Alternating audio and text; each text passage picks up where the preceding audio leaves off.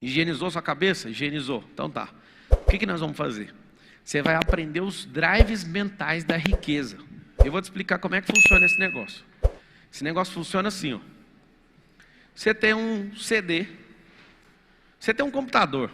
Tá aqui o computador antigo, teclado e mouse.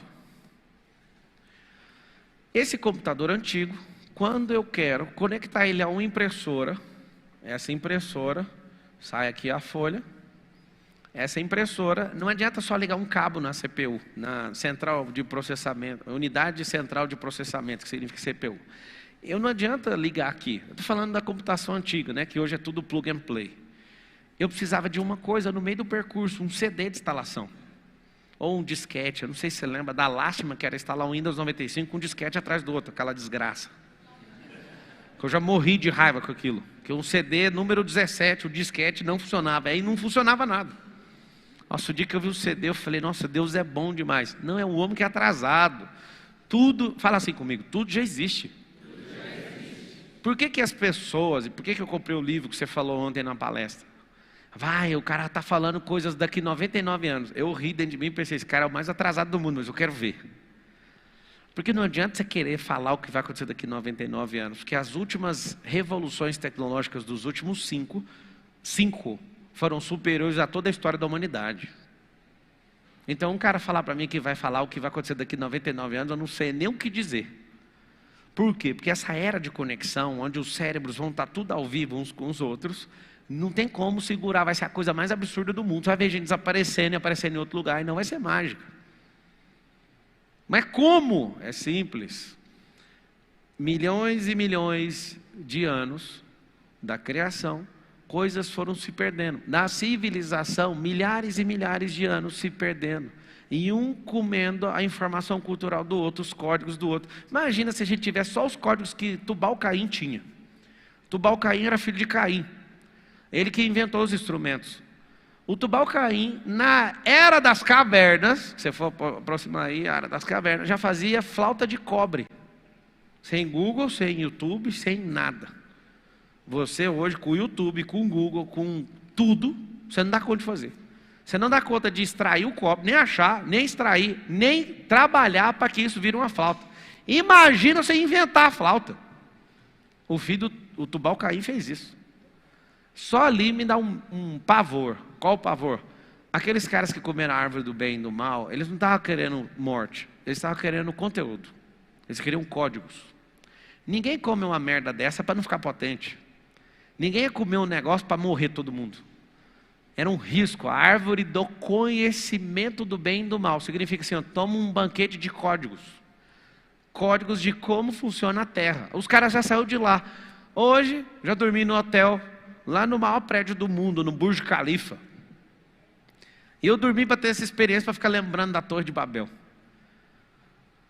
Gênesis 11:6, os caras constroem uma torre de 2,4 km de altura. O homem moderno, super poderoso, com inteligência artificial, nanorobótica e os cambal, dá conta de fazer uma torre 3 vezes menor. A maior de todos os tempos é 3 vezes menor do que o cara chamado Nimrod, que fez uma torre de 2,4 km de altura, sem computador, sem guindaste, sem uns cambal. E está escrito assim, ó, betume e argamassa. Tipo, você está ficando doido? Como é que você construiu isso? Deixa eu te falar uma coisa.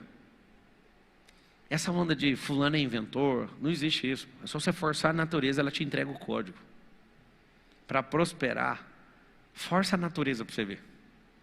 Leonardo da Vinci inventou helicóptero, inventou paraquedas, não andou de helicóptero e não saltou de paraquedas. Ele ficava olhando para a natureza. Salomão falava, nossa, olha a águia, animal que anda por cima da tempestade. Isaías fala isso, desculpa. Só que acontece um detalhe. Toda vez que eu vou andar no meu jato, eu falo assim, o Salomão nunca em toda a sua glória teve um jato. Por que a geração de Salomão não descobriu isso? Porque essa não era a demanda dele. Ele estava maravilhado em pegar todos os códigos. Sabe o que ele tinha que fazer? As escolas para montar isso. Lá na época dele ia sair. Aí você fala, papo, você é muito doido. Então eu vou te falar se eu sou doido ou não. Há 500 anos atrás, chegaram de caravela aqui, 100 dias de viagem, lá de Portugal para cá. Chegaram aqui, imagina os índios pelados, o último lugar da terra onde tinha gente pelada. Foi o tanto que a gente é atrasado. O Éden já acabou tem milhares de anos. Aqui era o último lugar da Terra onde tinha gente pelada. Não tem registro histórico de outro lugar na Terra tendo gente pelada. Era aqui. O povo chega e fala, ó, nós viemos com esses navios. Os caras já estão loucando. Não, vocês são um diabo. E às vezes a história não conta direitinho, mas ali foi uma resistência gigante. Queria matar esse povo com essa caravela, afundar tudo. Eles achavam que aquilo era maldição para o país. Você vê, já começou no primórdio da nossa história. Rejeitar a tecnologia, rejeitar avanço e já pôr a culpa no diabo, os índios. Conseguiram convencer, não, vamos trocar esses pau-brasil aqui no espelho. Olha o tanto que o espelho é bonito. E os caras viram o espelho e não, para pegar a tonelada de ouro aí, dá para trocar. Esse trem aqui mexeu comigo. Sabe o que ele estava caçando? A imagem e semelhança dele. Olha isso aqui. Isso aqui é magia. Para levar ouro, para levar pau-brasil, doidado. Eu fico pensando no conflito de tempos. Naquele dia que o cara da caravela encontra o índio, naquele dia aconteceu uma coisa assustadora. Os caras já estavam há séculos usando navio. E no Brasil ninguém nunca tinha visto isso.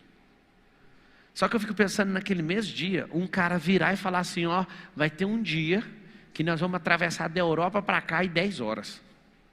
E vai ser voando.